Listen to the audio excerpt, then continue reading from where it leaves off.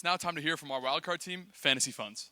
Fantasy Funds is a personal finance education app that walks users through a simulated life where they deal with real-world financial issues. This app aims to raise a financial literacy among Americans by selling to schools as a curriculum and being available for parents and their kids.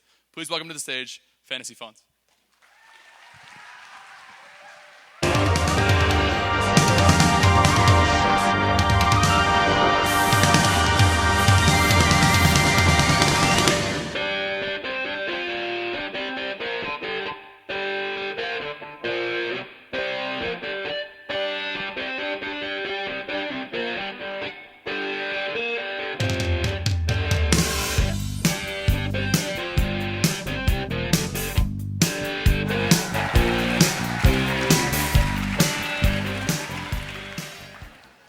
Hello, everyone. Thank you so much for giving us the opportunity to be up here tonight. I'm Adam. I'm Zoya. I'm Connor. I'm Natalie. I'm Jessica. I'm Carson. I'm Melody. And we're Fantasy Funds. Behind every ineffective budget, maxed out credit card, and uninsured accident, there was an individual who was never truly taught financial education. In fact, 75% of Americans aged 18 to 34 believe they didn't receive adequate financial education, and over 70% of the teens we surveyed claim existing options are too boring and complicated. The result? The average American household now carries over $100,000 in debt. But it's not just about the number, it's about the emotional wreckage it leaves behind. To address this issue, we created Fantasy Funds, an interactive, choose-your-own-adventure game that helps students build financial skills through everyday realistic scenarios. From budgeting paychecks to handling surprise medical bills, users make choices and deal with situations that mirror real life, allowing them to gain invaluable experience through trial and error without the real-world consequences. These decisions will affect the trajectory of the app, as well as their money and happiness, a feature that replicates life areas such as independence and accomplishments. But our app isn't just fun, it's how our brains work best. Neuroscience reveals that decision-making activates brain regions tied to memory, while storytelling creates an emotional connection which boosts recall. When we launched our app, we accumulated 348 downloads in our first 3 weeks, and we received a rating of 4.3 stars in the App Store. Additionally, Fantasy Funds took our user scores from 63% to 88% on a third-party financial literacy quiz, which covered essential topics from the Texas Personal Finance curriculum. Our customer base is divided into two key segments, first being educational institutions like high schools and learning centers. These partners are looking for curriculum-focused interactive tools that can help build student engagement and understanding of core financial concepts.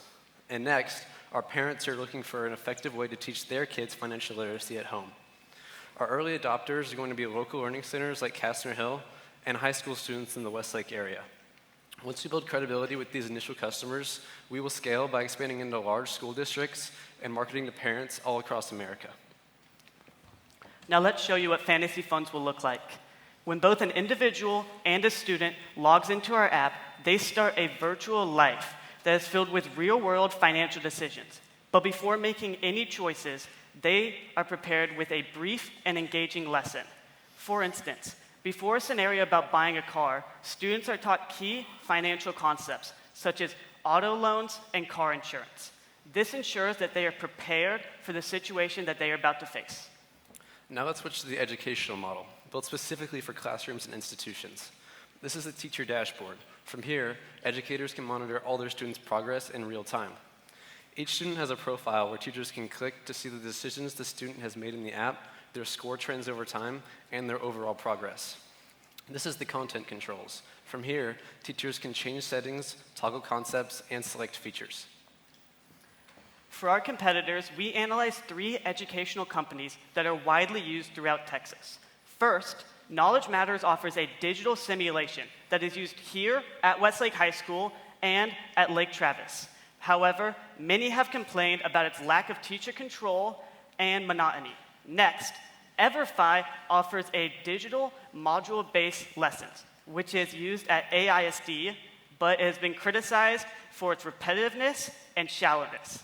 Lastly, Ramsey Solutions offers a traditional lecture-based learning with textbook assignments, which lacks interactivity and engagement, and is used at McKinney ISD. Unlike these competitors, Fantasy Funds creates a flexible and engaging experience for both the teachers and students.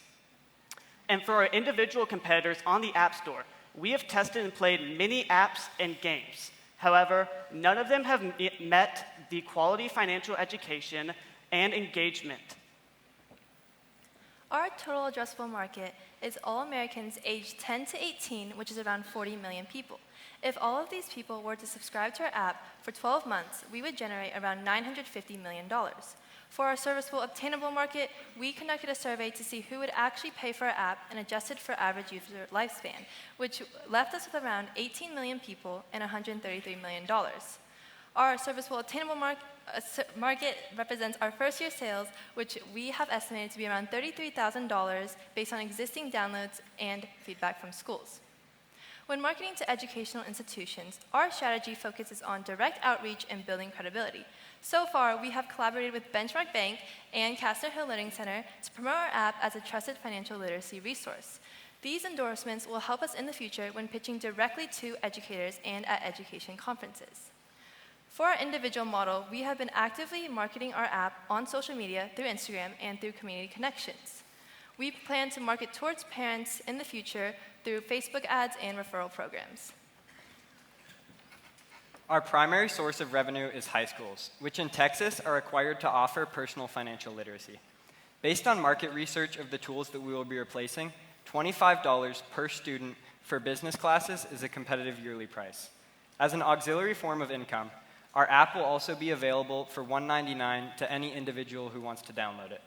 These two revenue streams combine to generate $33,000 in year one, $190,000 in year two, and $1.1 million in year three. For our current financial model, we do not have a cost of goods sold as our product is an app, and our customer acquisition costs are factored into our SG&A. Our annual SG&A totals around $20,000, with the majority spent towards app maintenance as well as marketing to expand our reach. In our first year, we plan to partner with 5 Austin high schools as well as market our individual app through social media and word of mouth, totaling a net profit of around $10,000. During year 2, we will be expanding throughout Austin ISD as well as further expanding our marketing, generating a net revenue of around $138,000. We will see significant expansion in year 3 to about $873,000 as we will have reached individuals across America as well as by being in high schools in major Texas cities. For our minimum viable product, I developed an iOS app in Flutter, using my experience with the Dart programming language. The app's core feature is a branching tree of over 100 realistic financial scenarios, accompanied by concise and educational financial lessons drawn from content in textbooks and reliable articles. Following development, we launched the app on the App Store and tested it in 2 Westlake business classes and received positive feedback. Ms. Riddlebarger, a teacher in one of the tested classes, noted that her students were engaged in the app and were having fun comparing their simulated lives. We further tested to validate the app's educational value. By having professionals test it and conducting a quiz, we had evidence that the app was an effective financial literacy tool. Overall, the MVP confirmed that the app effectively delivered financial knowledge, but also revealed an opportunity to enhance engagement. To address this, we hope to add leaderboards, customizable avatars, and educational minigames into our final product. Our startup totals $30,000, with $20,000 going towards app development and the majority of the rest covering marketing and administrative costs. At Fantasy Funds, we're dedicated to transforming financial literacy, and we're just getting started. With your $15,000 investment, we will move towards a more complete version of our app and market in alignment with our projected growth. First, hiring the professional developer we have been in contact with will allow us to implement features that were not in our MVP, most importantly, the educator version. We also plan to train a generative AI based on all the financial lessons and situations we've already created to produce a constant stream of content for our users and increase our user lifespan. In the future, for another source of revenue, we will also white label our software to banks and nonprofit organizations. Banks could use our software to appeal to younger demographics and funnel in future customers, as our partnership with Benchmark has confirmed. We have also talked with nonprofit organizations that aim to spread financial literacy across Texas, and they've expressed interest in our product. Financial struggle can often feel like a crushing weight, especially for those who never even had the chance to learn the skills that could set them free. Fantasy funds give students that opportunity early, allowing them to make decisions, take risks, and learn in a safe and simulated environment. We're not just teaching numbers, we're teaching real-world readiness. Fantasy funds, building financial literacy through life's journey.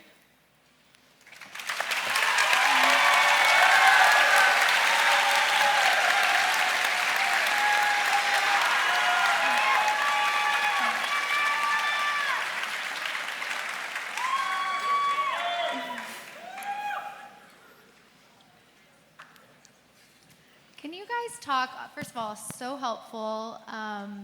I wish I had that when I was younger, but you guys did very impressive, super proud. How are you guys going to market this to schools? I didn't really see a lot in there on the marketing, so your primary revenue is schools and then the user. I just think back to when I was a kid, to do something like this would have been hard, going back to like getting your kids to like want to. On like a user level, I get the school side, but how can you guys, how are you thinking about the marketing aspect of it? That's a good question. So far, our marketing to schools is direct outreach. We think the main thing that would appeal to schools in our app is showing the credibility, like the 25% increase in a financial literacy quiz, and partnerships with education foundations like Kastner Hill. So once we gain this credibility, we'll continue direct outreach through email and in person, and they also hold education conferences in Texas where we can go and pitch our software. And many schools already use some financial literacy apps, so we can reach out to them as a way to replace those apps for cheaper, or to make the teacher's use and the student side an easier and more flexible experience. I thought this was fantastic. I mean, and it's such a great idea. Are there any hurdles that you have to get over, any type of credentialing in order to be used in part of curriculum? So we have to get registered and supported by some third-party websites and apps that that would improve our credentials. For our personal credentials, I'm a certified financial educator, and 2 of our other members have other financial credentials, in case if they're wondering about if we are students and if we're actually going to have knowledge on financial literacy. Excellent presentation. What is your name? Me? Yes. Yeah, Zoya. So, Zoya Islam. so I'm not picking on you. You made a comment about, I developed this with the branches and the trees. I'm curious about how you developed it. Where's your knowledge from? And again, where does that content come from? Where's it pulled from to build the app itself so that people can get educated? Yeah, of course. So over the summer, I learned Dart and I leveraged that experience to creating this app.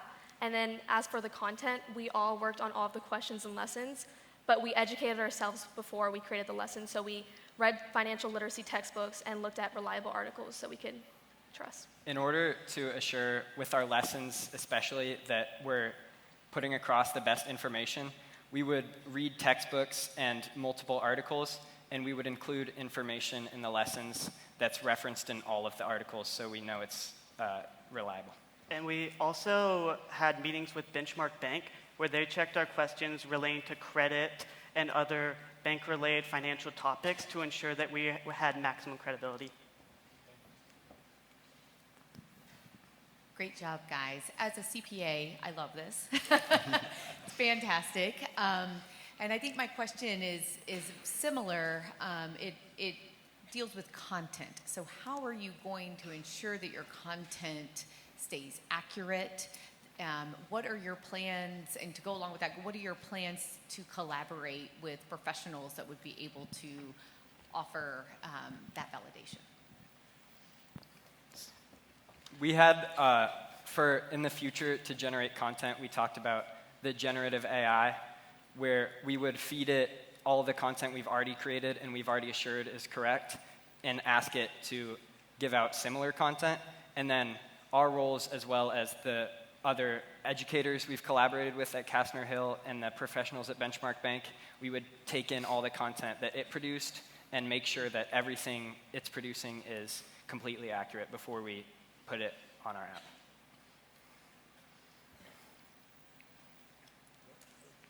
Thank you, guys. Thank you. Thank you so much. you. Thank you.